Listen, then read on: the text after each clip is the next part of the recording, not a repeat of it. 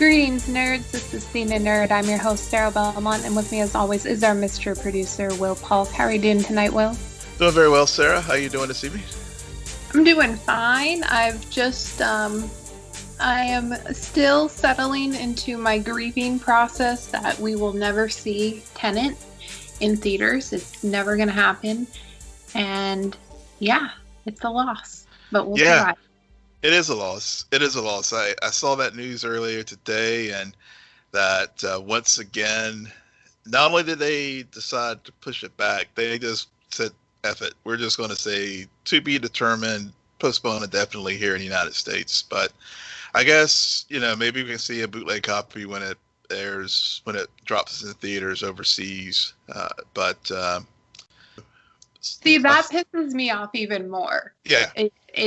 It should be all or nothing. It shouldn't be this thing where this part of the world gets it, but this part doesn't, because with technology, spoilers are going to leak. Oh, yeah. And whatever you do see is going to be the crummiest version. And those films that he produces, it's all about that experience. It really is. So honestly, I would have been even fine had they just said it's postponed to indefinitely, because newsflash, all movies right now are postponed indefinitely. They have quote-unquote release dates, but no one is taking them seriously. Oh, not at all. Not at all. And I saw where I think the head of the trade association for movie theaters was interviewed this evening, and he was talking about how in some places, some theaters could open because, their COVID numbers aren't as bad and stuff. And a lot of theaters have put in a lot of safety precautions and other things. And in some states, they've even sued to reopen. But at the end of the day, how people are really going to feel comfortable going to a theater at this point? Mm-hmm.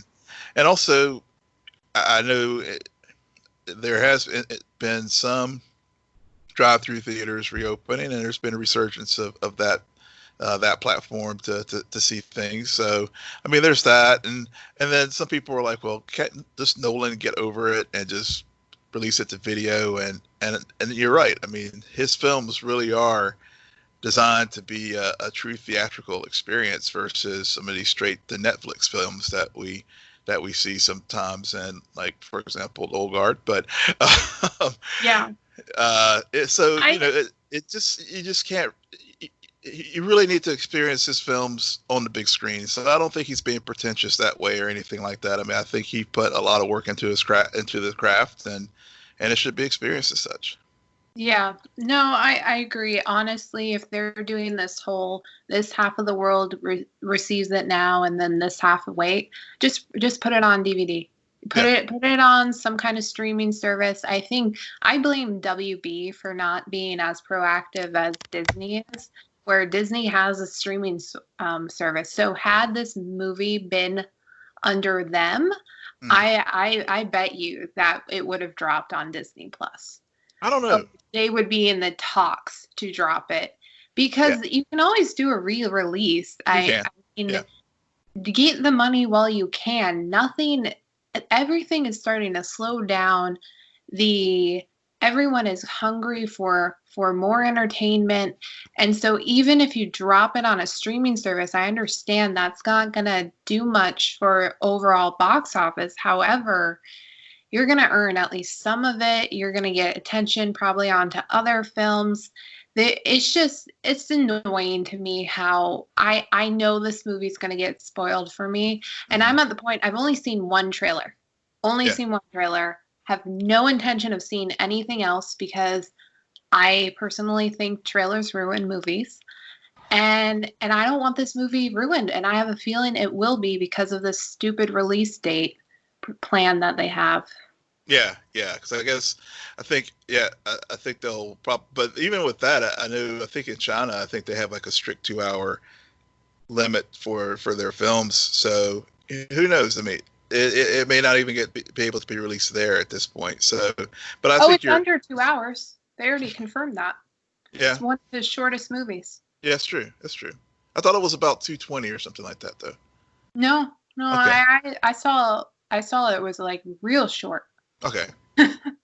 I know it's one of the shortest ones, but I thought it was still just I thought it was impossible for Christopher Nolan to make a film under 2 hours. No, because Dunkirk was really short. That's true. And The Following, I think, was really short, which is his first movie. But this isn't a Christopher Nolan podcast, and we've beat this about as much as he has. So moving on. Moving on.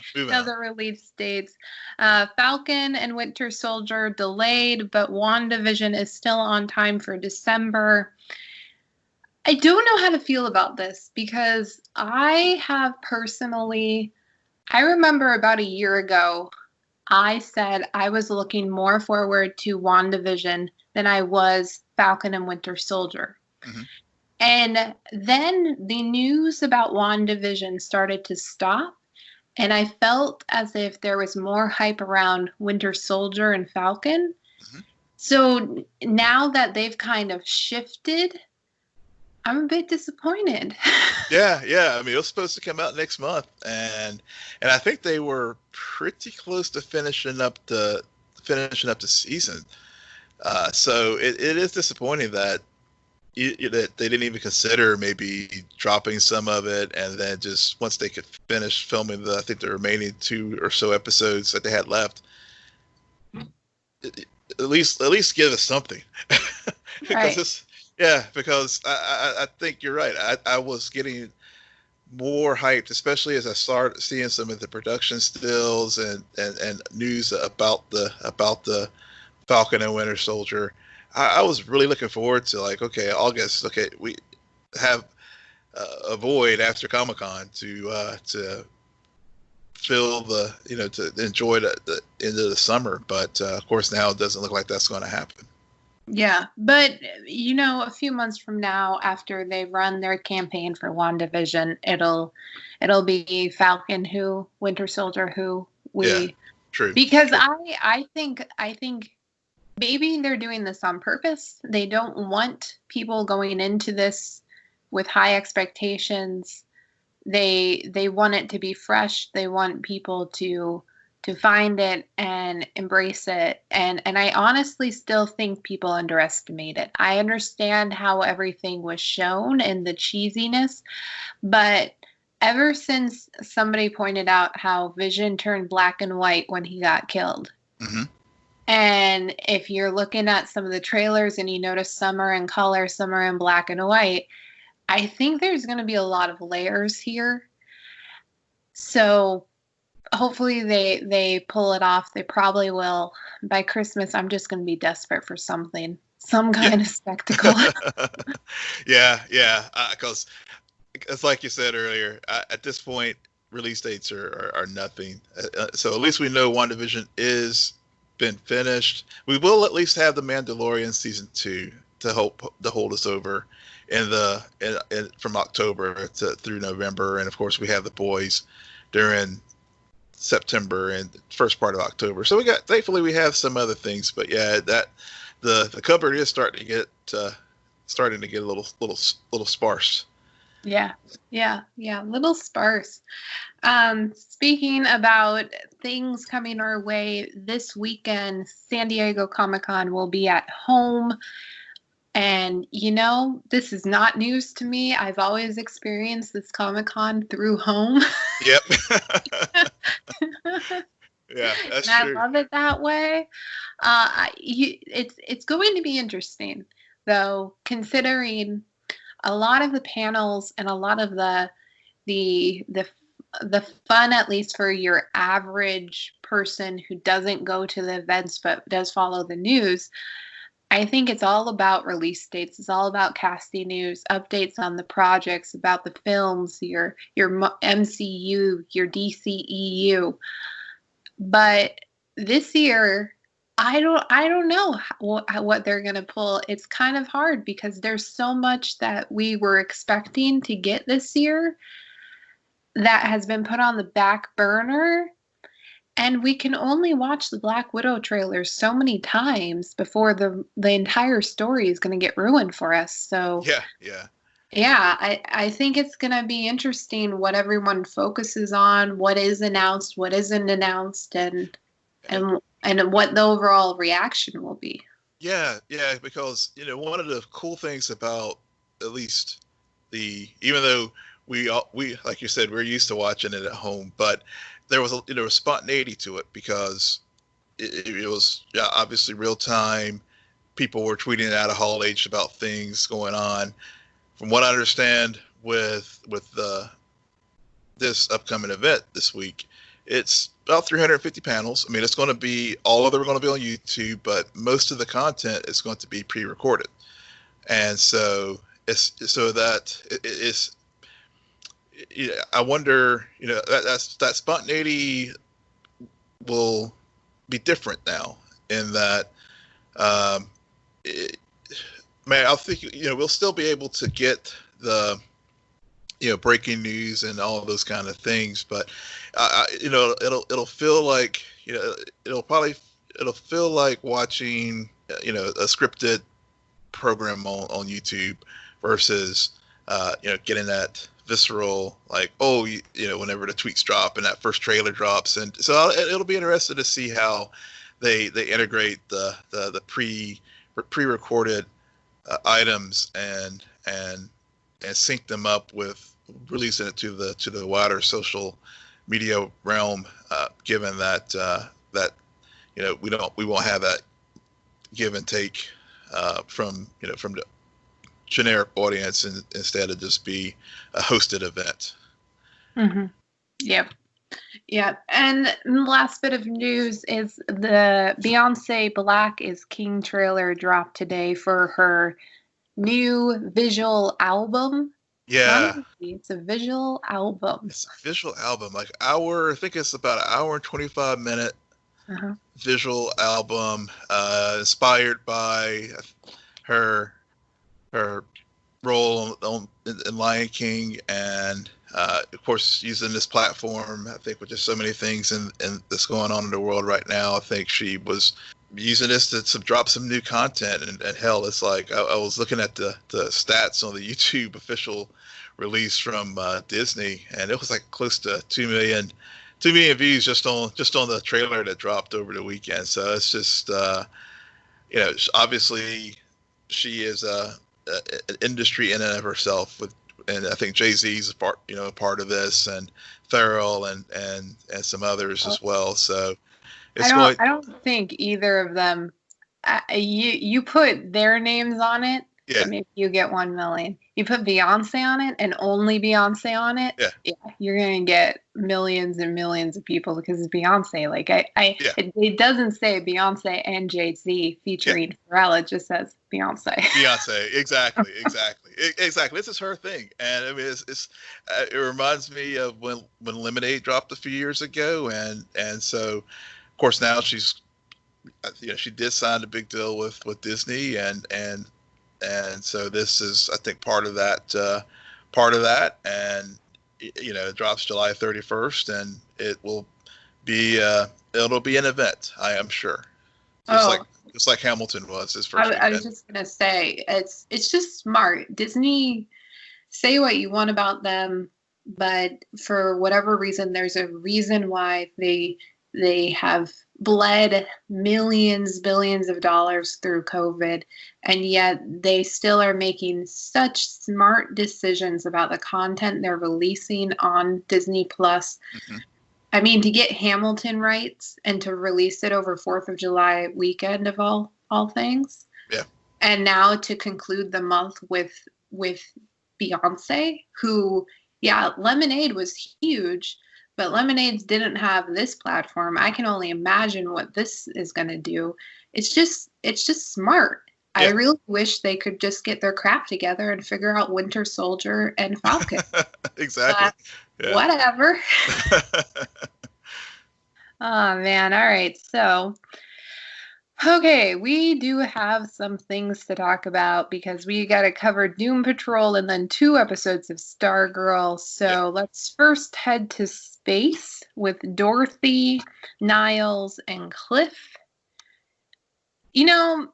Honestly, I was thinking about it right before logging on, and this week's episode of Doom Patrol was fine. I think it resolved a lot it was needed. It's not wasted time Mhm. because they needed to deal with the fallout from last week's episodes, Yeah. especially with Jane and what happened to her and Dorothy and Larry and Rita. But I also there is not that much where when getting ready tonight, I was thinking to myself, oh, I can't wait to talk to Will about this, this, and this. And usually I'm like that when we talk Doom Patrol. Yeah, yeah, I think that's fair.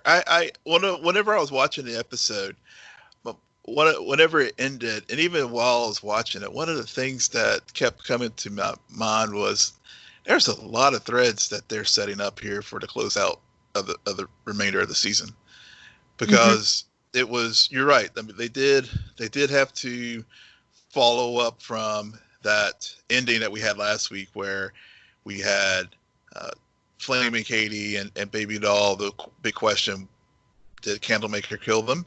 And of course we see the after effects of Jane when the episode opens, with her basically all in candle wax from what transpired there. But you're right. If it did feel like a bridge episode in many ways, and Yep. and the great thing and again, what makes this series work so well is even when they do have a bridge episode, it still hits the right beats, and like you said, it doesn't feel like a wasted episode.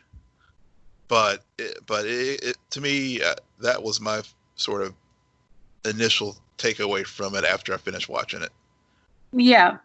I think there was also a lot of space, Mm-hmm. pun intended, in this episode where we got through a few episodes where there were a lot of pairs, there were a lot of teamwork, and then in this episode, yes, Cliff and Niles go on their adventure, but everyone else was kind of isolated. I mean, we had Rita learning about the real our town that she will be performing in, which, surprise alert, is basically a retelling of events from season 1. Yeah. Yeah. And it kind of, and then we find out, well, this is needed because Rita really starts to understand what is her mental block and why her mother is still preventing her from really embracing her powers and becoming who she is meant to be now in her current state. And I thought that was a good scene at the end. It took a while to get there, though. It did. But I understood it when we had that moment, and she was kind of understanding from a fellow actor what that character is all about and what really the blob lady wants at the end of the day. Yeah. But also, it was speaking of the blob lady. It did show the growth of Rita, even though she's understanding the mental block, as far as that keeps her from fully realizing her powers. We have seen some growth in Rita, though, because if she had gotten that dressing that that dressing down or of hearing what other people thought of her before, she would have completely blobbed out and hearing all those things that the other actress was saying in that moment. So I think we are seeing advances with the various characters as far as them healing from some of the earlier scars that they've had that have been inflicted by Niles Calder.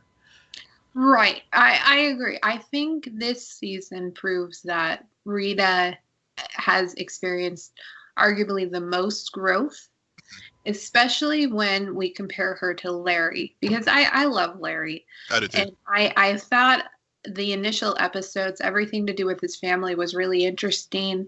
We spent a lot of season 1 where it was more about him coming to terms with his sexuality on top of the monster that he's become. But this season, there's something about it where now that we're we've reconciled with his family. It didn't work for me this episode where I I was like, okay, Space Lady and Larry got it, but too bad he doesn't like women. So Yeah. I don't know where we're gonna go with this. Oh, she has a negative spirit too. It's just that I didn't. It fell flat for me, if I'm being honest. It just didn't work for me.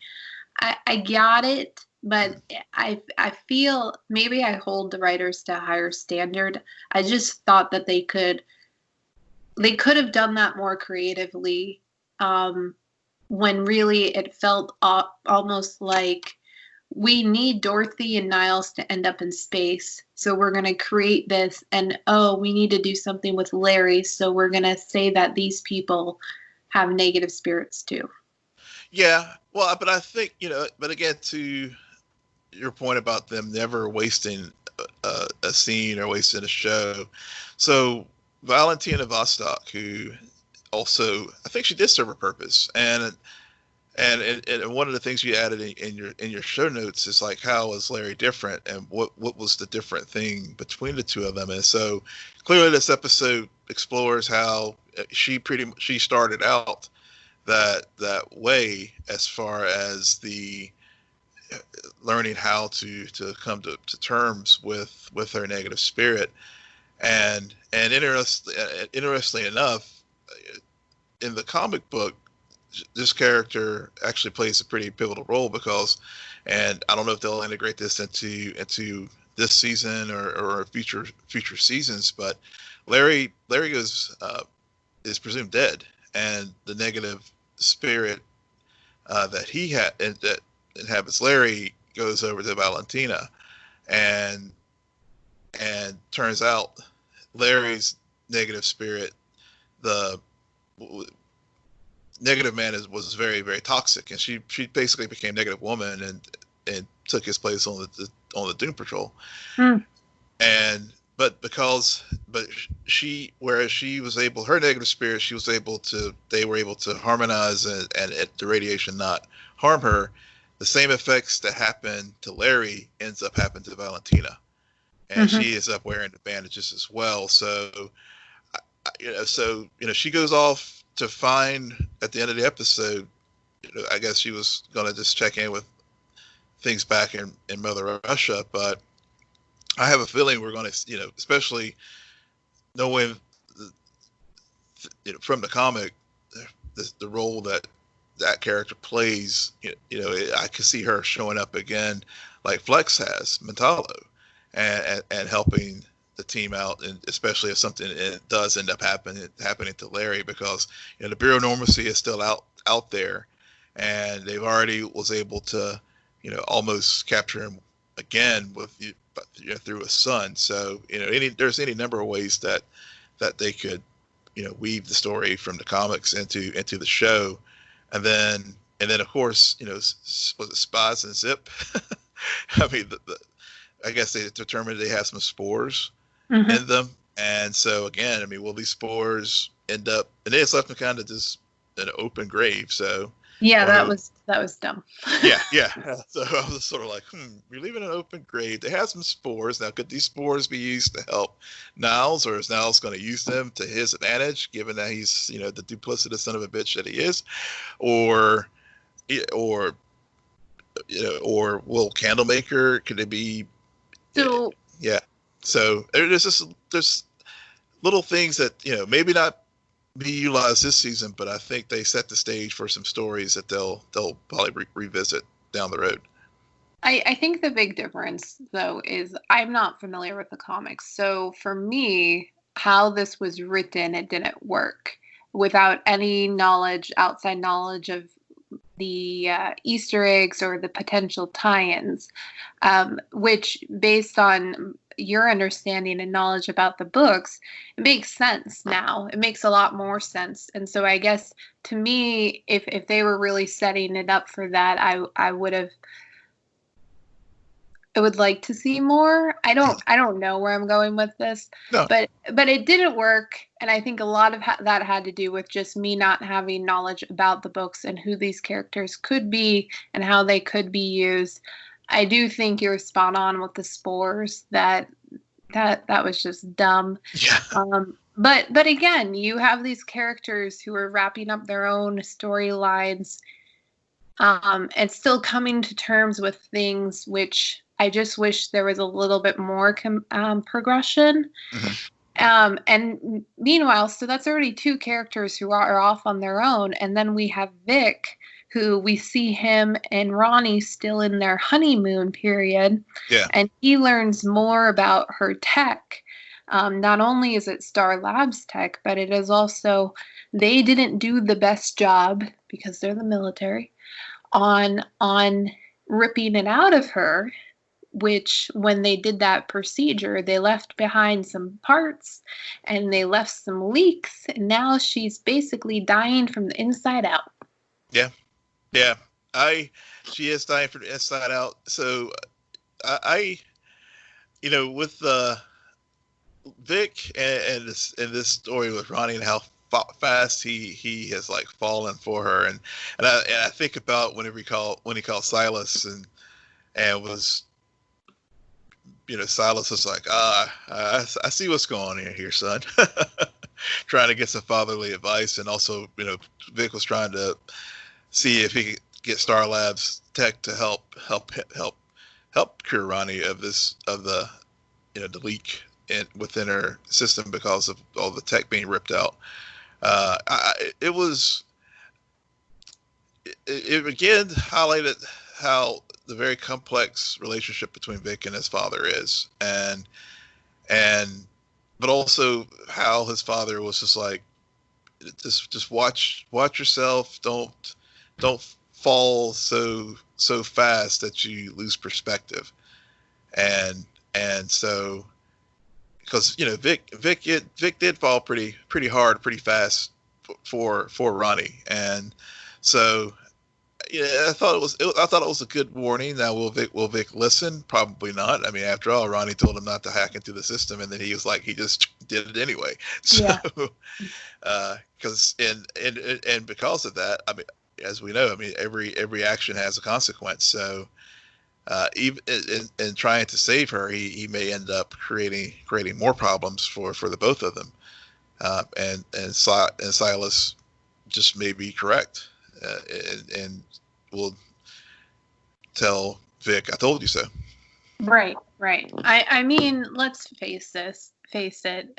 Silas's advice, it came too late. He already got his fatherly advice from Cliff during the previous episode, Mm-hmm. Partners in crime.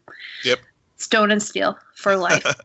So he didn't really need it. I am glad that they not only brought back Ronnie, but they also are leading us down this trail more into Star Labs. And I love that line from Silas that I had to get the money to make Mm-hmm. you possible. Mm-hmm.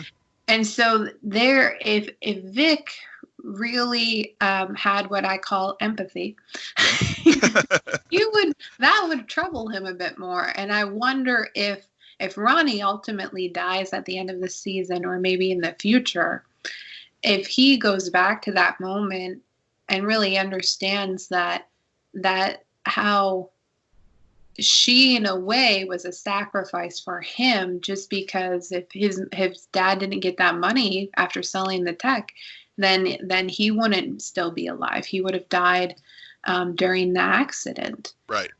So it was a really good tie-in, and that's something I like about this show is they will drop a lot of exposition because they do some wacky crap.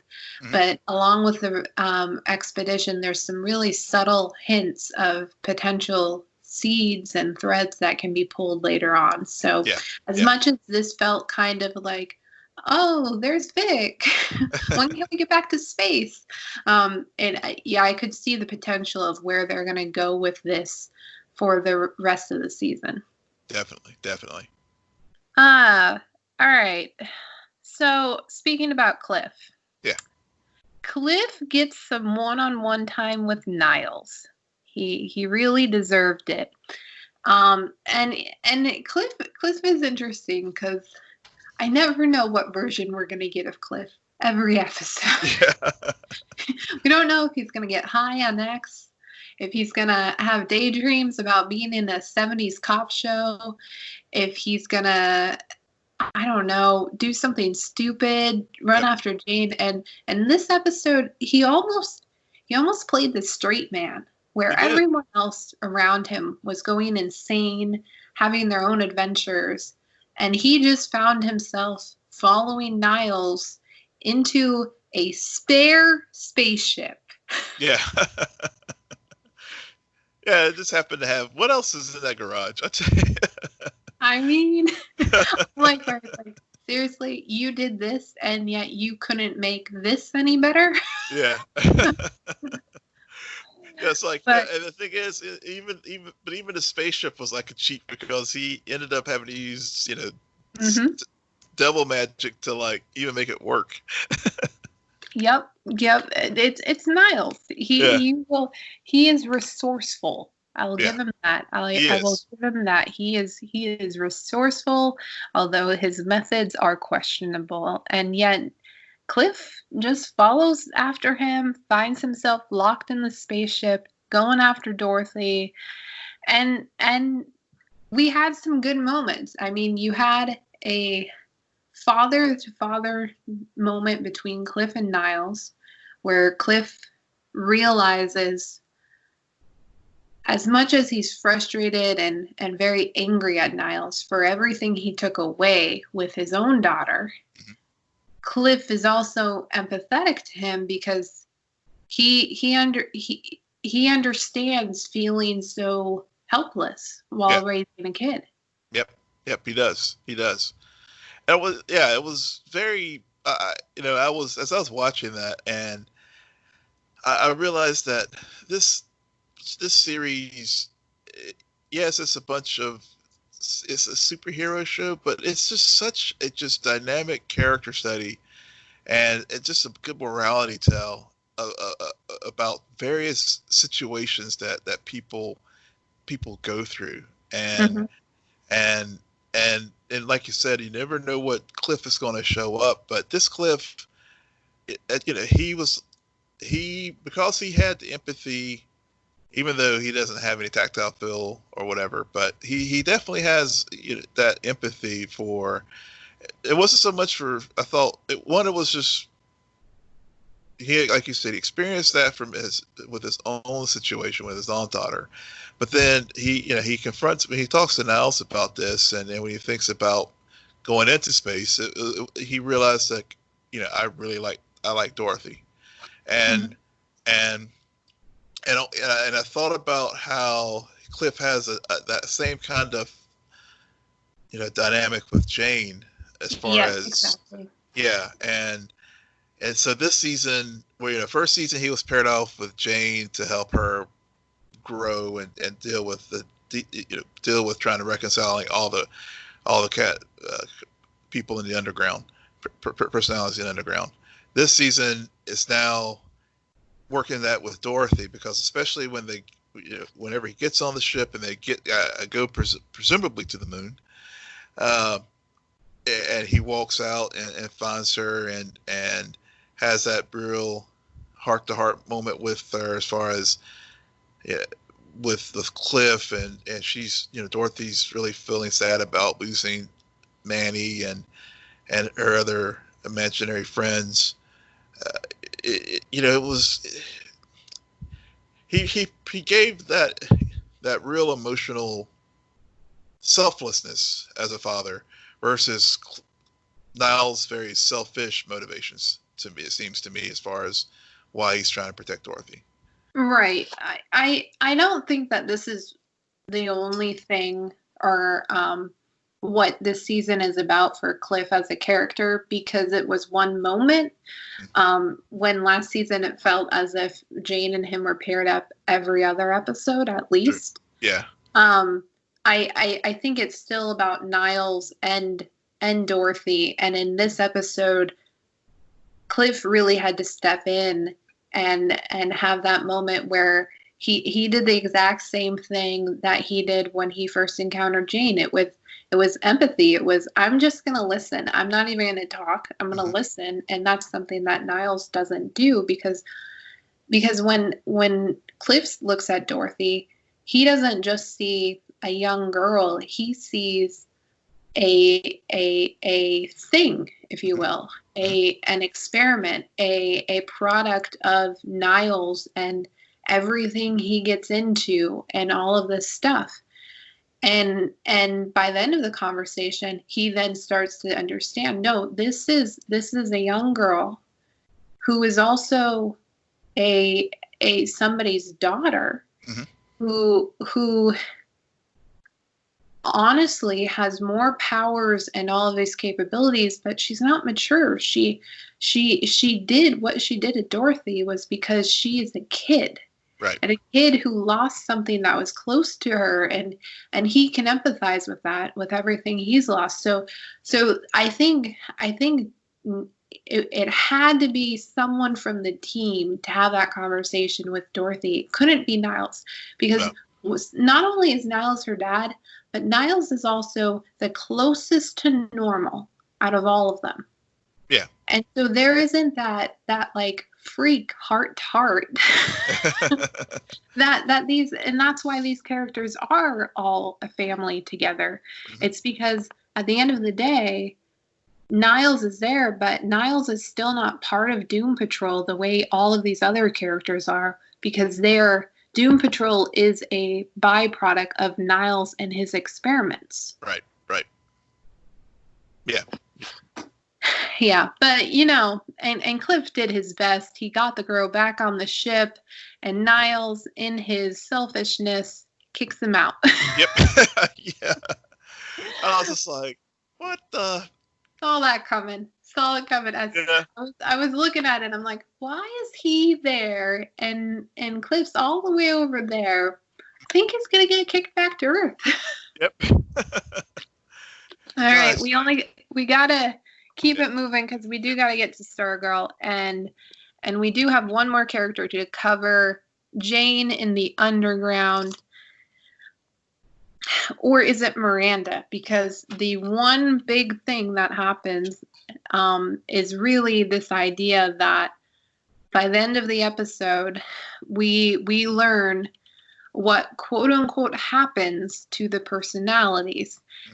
They get dropped down the well, which we learned about during the previous season, and everyone assumes they're dead. But in the reality, and what we learned from Miranda, is when you get dropped in the well, eventually you do resurface and you become reborn. But the question is, do you become reborn in a different way? Because Jane's whole point is the protector and the little girl are aspects of Kay's personality that is now lost. Right. Is now burned off. And what Kay in particular, the little girl in particular, was one of the few personalities who trusted men. So what does that mean? Yeah, I don't know. I mean, because she was one of the few. Yeah, I guess Baby Doll was the one who trusted men, and so I mean, so with that aspect of the personalities gone. And Jane went to Kay to get guidance too, and so will they be even more protective of Kay, given that, and not trust Niles, because basically Niles, I guess the Baby Doll personality was basically like the surrogate daughter for Niles, and so now that that's gone. And the rest, and Miranda is back in control, and we do know something happened to Miranda where she did have a traumatic event that forced her to throw herself in the well. Will that lead to them not trusting Niles anymore and protecting Kay, Jane protecting Kay even more so, that because they know how duplicitous Niles is.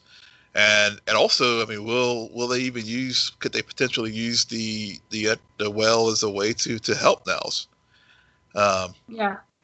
You know, there's that possibility out there also. So, I mean, there was just a lot to mine with that, and also just how the personalities view death as a construct within the underground. That that's not it's not a finite life. Is not a finite thing that you could be reborn into something else.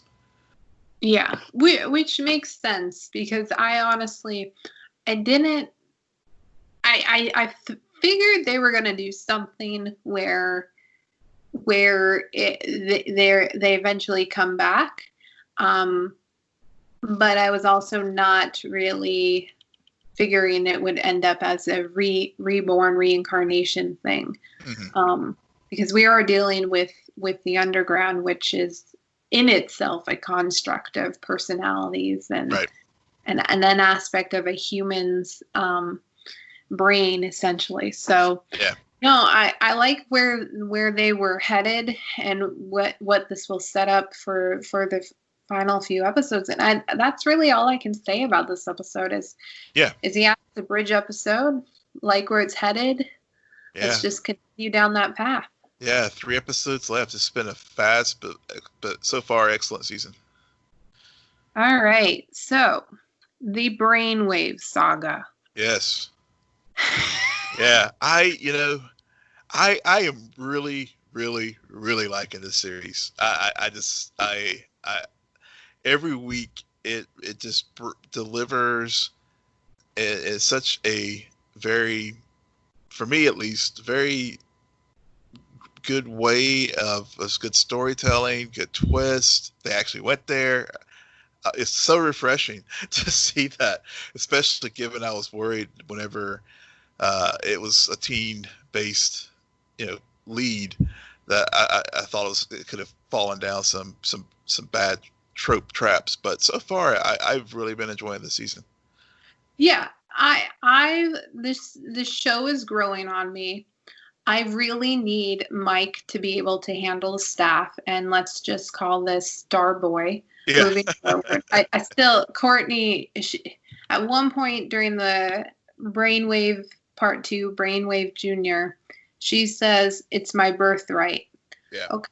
This is why I have a problem with Courtney. Yeah, I still have a problem. Yeah, as much as I love the show, I mean, Courtney's my least favorite character.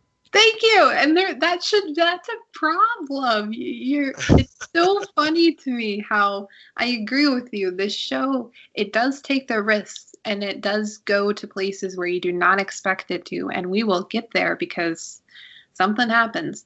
But she just stands out like a Thor. And honestly, in Brainwaves Jr., the whole team was getting to me, where I think there is still some issues that the adolescents, and I get it. You kind of, they're the underdogs because they're young. They don't have the experience, and they're going up against the ISA, who are the older people, more experienced, and who have done this before, and so they really want to drive that on.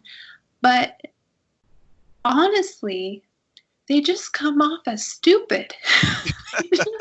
There's something about the decision-making process that just irritates me.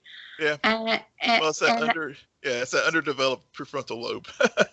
Yeah, and maybe it's not just the fact that they're young kids, because Mike is the youngest kid on the show, and he says some of the smartest shit. Yeah, he does. Okay. Yeah. So there's something about it where the choices that they end up making, it's just so wrong. Or it's not even wrong. It's kind of like here's a good example. And Brainwave Jr., which I think is the better of the 2 episodes for obvious reasons, but you have to have the first part to really get there. They're in the tunnels, and all of a sudden the goggles malfunction. Mm-hmm. Okay, she has been in the tunnels before, Right. where she lost reception. Why is this new information? Yeah. Yeah. Well, see, I think so. I think that's what's so endearing about the other members of the team, in that they're all rookies. They're finding their way, and I think that's what's so refreshing about this show. Where, I mean, I mean, obviously with other shows, the characters get their powers, but they've gotten them when they're adults, and so they're dealing with adult issues and stuff. Here, these are teenagers, and they're dealing with teenage problems and trying to just find their way. And but it's done in a way that, yes, it's like, hello, you were just in the tunnels just a few episodes back. You should realize that the things don't work there. But at the same time, it's like, it's believable that they would forget that. And yeah, I think it is. Beth is the smartest one on that team, and it was her. She was surprised by it. That's why it's not believable for me. Well, see, but if they were like all realized that, they remembered this and knew that what was going to happen, to me that would undermine the fact that they are teens and they're still learning learning a superhero game. Oh, I'm not don't get me wrong. I'm not complaining about everyone else's reaction. I'm complaining about Beth's reaction. Yeah. Well, yeah. First one on the team, and then she goes down with her goggles and immediately freaks out because suddenly she can't hear the guy, and it's like, dude, you did this 2 days ago. Fair enough. Yeah, that's a good point. I mean, she of the team members. I could definitely see our man, which he's a single man and focused on Solomon Grundy, doing something like that versus Beth. That's true. Yeah. He and he's starting to get to me because he makes, but I also feel the way his character was introduced, all of his bad decisions make sense. Mm-hmm. Yolanda too, it's hard because her episode where you really understood what happened to her and how the Yolanda we met in episode 1 came to be, and that was a result of Henry's action, you had all this sympathy. And so my biggest struggle with that is there's been a lot of stuff that has happened since that episode. Mm-hmm. So it's hard for me to watch how mean she is to Henry. Yeah. Just dismissive and unforgiving. And so I wish, my one critique is I wish that episode had been closer together to this arc. Mm-hmm. So it would be more prevalent, that pain, because you really, going back, you do see it. You do see how she's not only, it's not that it just hurt her. Her relationship with her parents are completely screwed up. Yeah. She's isolated. She's practically been disowned, and he doesn't get that. But I do appreciate how that was interwoven and needed throughout this episode to really to have that redemption that at the end of the day he did get, but it came with a sacrifice. It did come with a sacrifice, and speaking of sacrifice and other things that we learn, I mean, like, to go back to the first episode, Brainwave itself, there were several points that, whenever the series first started, and we told everyone, watch the DC Universe version versus the CW version, because there are some key plot points that were cut, that probably going to get cut out, that would come back to make sense further in the story. And a couple of them, was the whole Brainwave, how he, the videos, because we did, there was a bit of the scene of the videotapes in Henry Sr.'s closet that got trimmed in the CW version. So, like, whenever in the first episode, when Henry stumbled upon them, and started watching them and learning more about how his father started to manifest his powers. And I like the way they did the origin story for Brainwave in the first episode, and showing that same parallel path with Henry, because it really did set up a better story for me, seeing, they're going on that same path, and then and things could have easily had turned where Henry Jr. could have easily end up just like his father. I mean, he did at the end of episode Brainwave. He ends up reading the lawyer's thoughts and realizes he's trying to cheat him out of his money, and he does kill the guy. Yeah, and it's not so much he ends up like him. It's more that throughout the course of the origin story, you really understand how this gift, this power, is a curse. Mm-hmm. And with that curse comes this poison into his mind and this belief, because when you and they execute it perfectly, to your point, to hear everyone's thoughts. You can't just say, I want to only hear good thoughts. Right. Because people do think good things. Mm-hmm. But we're also very negative. Yeah. We also have we have both a devil and an angel on our shoulder. Yep. And I have to tell you, when times are rough, you really start listening to the devil half the time. Yeah. You say things, you think things. It doesn't mean... It's almost like a relief. Some people talk to themselves because they just need to get things out there. That doesn't mean that they actually hate this person or really will follow through. But you can see how a mind reader, that would warp them and their perception of reality. So I think they set that up, and then they also, we all know I don't like Courtney. I think she's not the worst character. Will's words, not mine. But she was probably the best written in the first episode of this arc. Yeah. Because everything she says to Henry is the truth, and is actually good guidance and good wisdom. And it's as if she aged 16 years or something. Yeah. And it really, and you see it, how it's not taken that way initially, but by the end of the second episode, everything that Courtney said is right, and he understands it, and that's why he makes that decision at the end to sacrifice himself.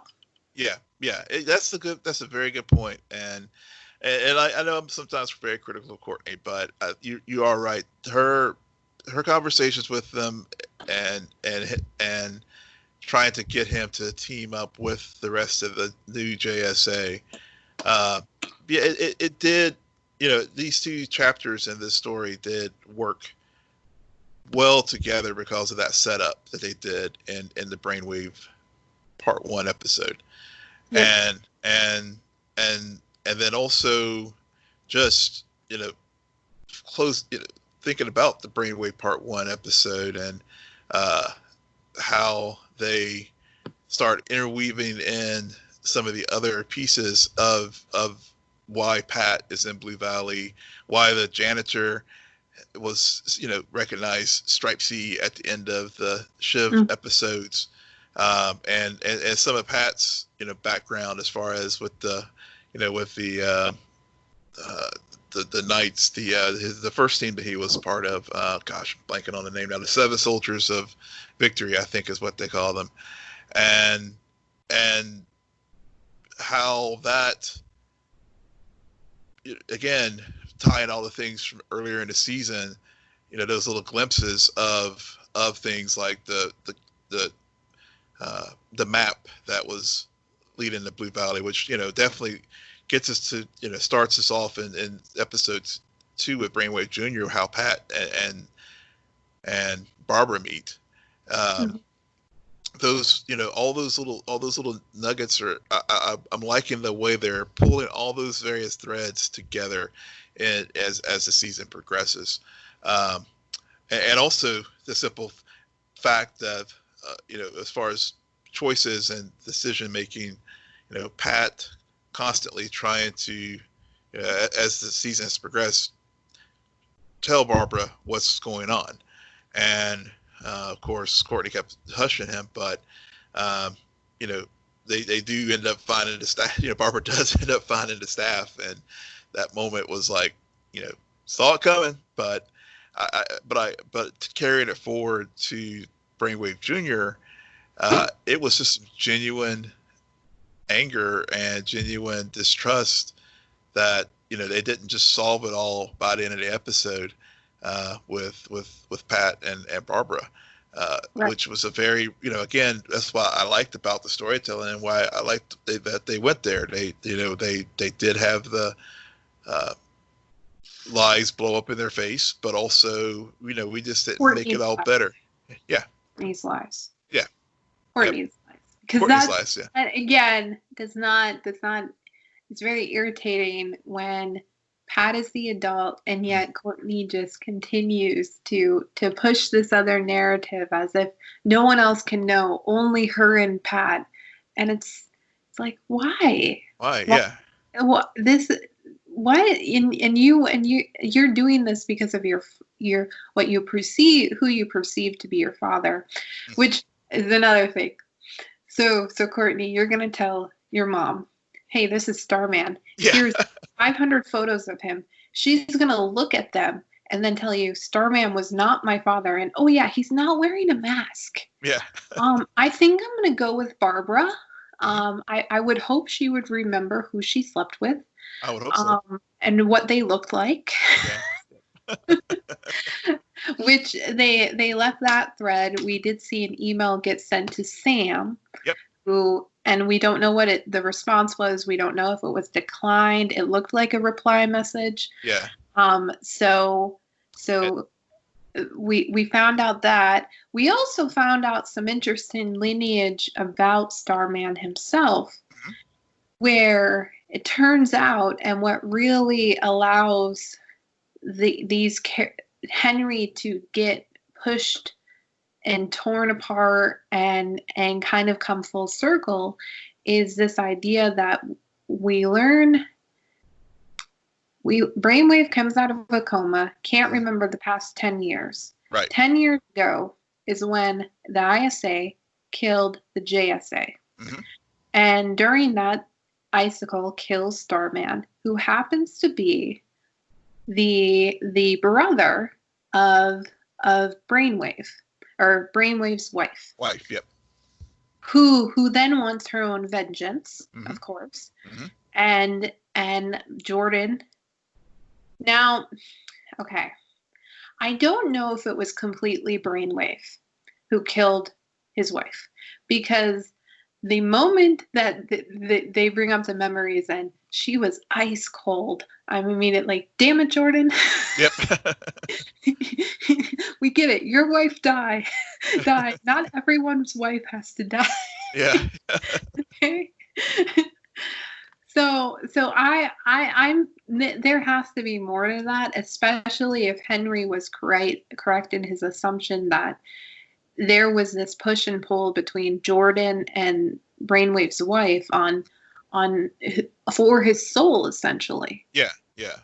Whether he'd be good or bad, and ultimately she lost, and he became this henchman and shut off basically any affection or love that he could have towards his son. Yeah, yeah. I mean, it's interesting with the 10 years because I know, it was like, because he loses 10 years whenever he went to the coma after fighting Stargirl, and the initial fight was 10 years ago. So, I there's definitely some manipulation there where Jordan, used that knowledge that Starman's brother was Henry's wife as leverage of something to keep Brainwave in the ISA, and we've seen that early on in the season, like with the magician. So I mean, and and I mean, also, and, not only Jordan, but Jordan's parents. I mean, they were some shady old people. I mean, Yeah, yeah. because whenever in the first episode when they came over to have dinner with the Dugans and give that Norwegian prayer, and I think if I recall, there was some lines of like vengeance or something like that in it. And then of course Barbara, being very wise, fast forward to episode 2, Brainwave Jr., and records them whenever they're speaking Norwegian and was able to translate what they said. It definitely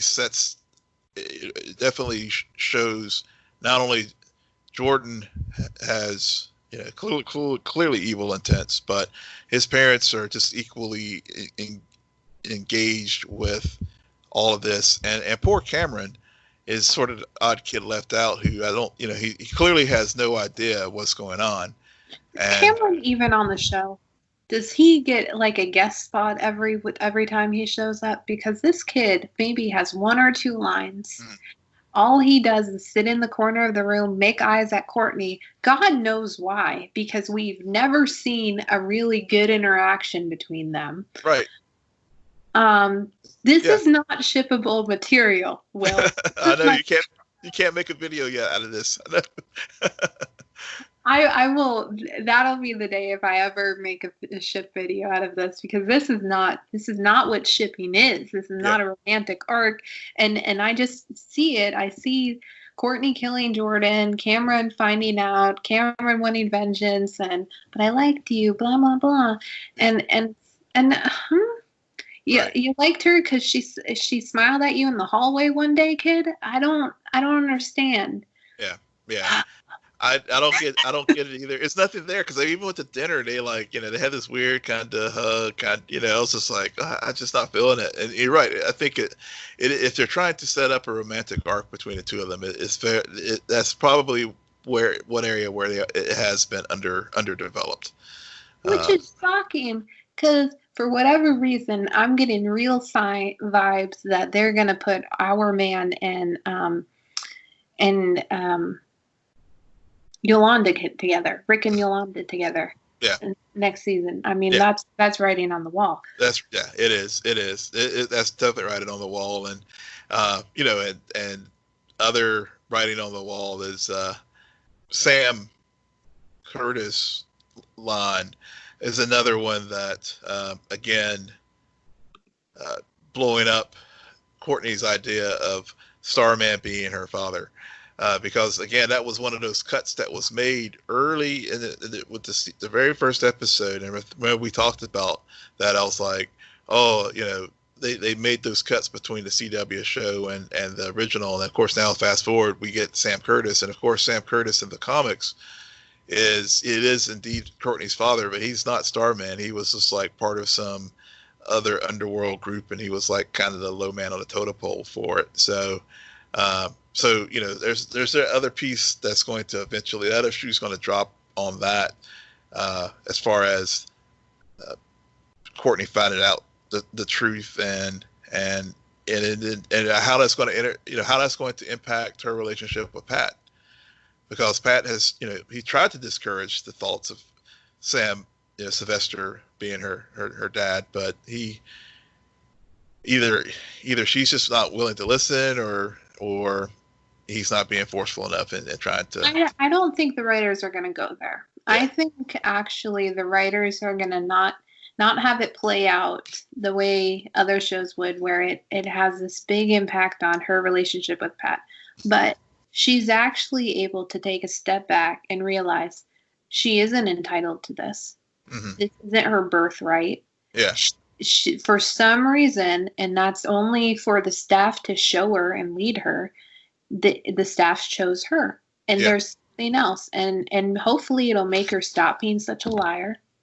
Yeah, it'll make her be mature and actually be a big sister to Mike. Yeah, and get her leadership role on. I mean, the one thing I'll say about Cameron is, honestly, in a way, it's a good thing this whole love thing isn't working out, because that would make her more stereotypical Yeah. And we've seen that before. So I think she's got a lot to do on her own before we get there. We are running out of time. At the end of this episode, in this arc, we see it. Brainwave ultimately kills his son because there can only ever be one Brainwave on a TV show.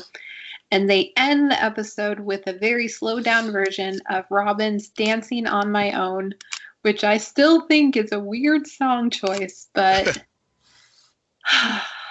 Yeah. One of the kids had to die. It had to. Yeah. But it gives, you know, I will say one of the kids had to die, and it had to, you know, but I think it was necessary because, I mean, Courtney learned a little bit from the death of her other classmate, the magician's son. Too much credit. But I think the other team members needed that to realize that, hey, this shit's for real. And I like how they set it up more as a team experience than a Courtney thing. Yeah. That is it for us tonight. Will, why don't you tell our listeners where they can find you? Yes, you can find me at Will and Polk, WILLMPOLK. And you can find me at SJ Belmont, SJBELMONT. We will be back on the weekend for a special San Diego Comic-Con. Hopefully a live stream. Still working that out. Will is definitely going to tweet out the details, so be on the lookout. And you can find those details on our Twitter at CNN Nerd. Friend us on Facebook, follow us on Instagram, but most importantly, rate, subscribe, and comment on Apple Podcasts, Spotify, YouTube, Stitcher, or wherever you get your podcasts. Good night, Geek Out. You're welcome.